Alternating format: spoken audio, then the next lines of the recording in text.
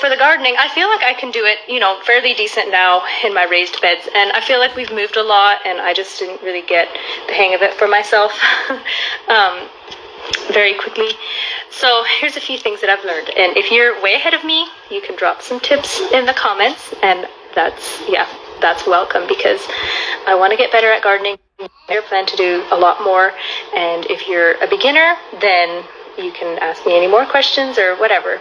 But it's not, I decided I'm going to quit being intimidated by it and just start and try to do my best. And if the things don't work, that's fine. I can just try again next year. Excuse me. So anyway, when I decided to start my garden early this year rather than later. That was something that I did different this year. I started it sooner than I normally would have, so I went to the greenhouse and I bought tomato plants, some pretty small ones. And when I planted them, I think it actually froze yet after I planted them. Hey, Robbie, I hope your day is going well. Sounds like you had a busy day today. So yeah, I hope my internet is gonna behave now. I had issues earlier. So my tomato plants were pretty small when I planted them, and I thought that they had died. Like, first of all, when you replant something, it usually struggles for a bit, but now I'm pretty sure that it actually froze them a little. It was just not a terribly hard frost, or it wasn't freezing for very long that night, I don't think. But anyway, so it looked like they had died. I was like, okay, I'll go back to the greenhouse and get bigger ones next time, and take care of them, maybe cover them up. But I didn't have time right away, and so I just waited, and it looked like they were pretty much dead, but then they revived, and now they look terribly strong and healthy, and I'm really happy with them. I should maybe post a picture in here, but yeah, I'm really happy with them. So that was one thing that I learned, is that they can look quite sad and still revive. Sorry, I had whatever cut out there for a bit.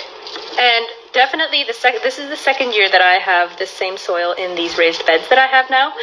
And as I mentioned, I don't have much space here where we live in town. So I have raised beds. And the first year I had a lot of weeds, like so many weeds. But I'm glad that I tried again this year and didn't get discouraged like I was kind of. This year there's a lot less weeds, so I think that's something to keep in mind as well. The first few years that you do a garden, it can be tougher, but that part should get easier if you're a beginner. And I didn't do any mulch or anything like that. I've heard that can be very helpful and good. So if that might be something. But I decided to just try it, just with bare dirt this time around. So anyway, the next thing is I left more room between my tomatoes. Last year I was like, oh, this is such a tiny garden, I just need to pack it full. And I think that they didn't produce as well because I packed it so full. Something that I did instead was I put the early veggies, the lettuce and radishes, I put those right beside the tomatoes so that, the tomatoes were still small, those early things could get done, and then once those are pulled out, then the tomatoes can have all the room that they want, now later in the season. So hope that makes sense. But that's something that a new thing that I did this year. Something that I want to start doing is a compost pile. So especially for next year when I want to do a bigger garden at our new property, Lord willing, I want to have a pile of hay and manure from the cows over the winter and different things like that. Now what I've done so far is I've put eggshells beside my tomatoes. That gives them calcium. I heard though that apparently I'm not doing it right. You have to put them in the blender to really crush them up so that the calcium can release better. So that's something, I'll have to blend them up next time before I just throw them out there. But maybe that soil will be better now for next year. So anyway, the next thing that you can do for natural fertilizer, I guess, and I have done it to some of my houseplants already, but I've put coffee grounds, or I water them with coffee, the leftovers, cold coffee from the coffee pot.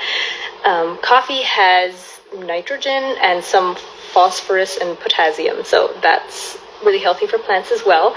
If that's something that you usually throw in the trash or put down the drain, how easy would it be to just put that either in your compost pile or just on your plants? So that's something I want to do better at, something I just learned. A mistake that I made is I waited too long to put my tomato cages on, and I lost some of the, they were starting to flower already, and I broke some of those off, so that made me sad. So I'm gonna have to put the tomato cages on maybe right away when I plant even, or, because it seems to me like, no, I got time to do that yet, but if I'm gonna just put it off and procrastinate, it'd be better for me to do it that way around, right? And then also the cucumbers, I did not put I had one of those hog panels. I was going to put that beside the cucumbers so they could vine up there, and then I wouldn't be so scared of snakes. When I picked them, I wouldn't have to go in between all the vines. But they're pretty bushy now, and I still haven't done it. So yeah, that's something I'm going to have to be quicker at next year. Do it before I think it's necessary. And I don't know, maybe some of y'all have experience with putting a fence there later, for cucumbers to vine on. Maybe it would still work to put them on there once they're still pretty long. But anyway, that is something that I learned, need to do better at. Another thing is that I finally figured out is how much better my flowers do when I actually put them in the right lighting. So my petunias, I did not plant any in the shade, and they're doing much better. And then also in the shade, I did plant some. I asked my cousin, she has a greenhouse here in Payton. I asked her which ones do good in the shade. So then I put, I had a flower bed in the shade. So then I made sure to put those in there, just those. And they're doing very well too. So that makes me happy when they do, when they're actually doing well. Major's reading a story in the background. So, next year, an idea I have, I guess I'm talking a lot about next year, but these are things that I'm looking into. I really regret not planting more. I kind of regret not already planting a big garden at our new property.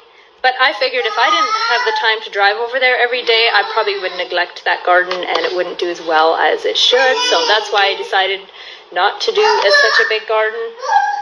But yeah, so where am I at?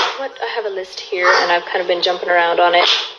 So I'm trying to see where I'm at. Okay, so next year I think I want to do like a nice little fenced-in area, and then do some raised beds in between. And then on the fence area, like beside the fence, I think I want to plant cucumbers and squash and those types of things so they can, vine on there.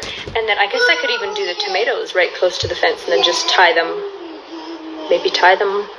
on close to the fence, and then in the raised beds in between I could do beans or whatever all. So that's kind of my idea that I have for next year. And I seen one of my friends had like an archway for her garden. She had it like fenced in, and then she had like a nice little archway, and she had found an old door, and just kind of made a cute little garden. So as you can tell, I'm not very advanced, but I do have more ideas that I want to try next year, and I'm really excited. It's hard for me to wait till next year to try these ideas, but figured if I would talk about them, that might help.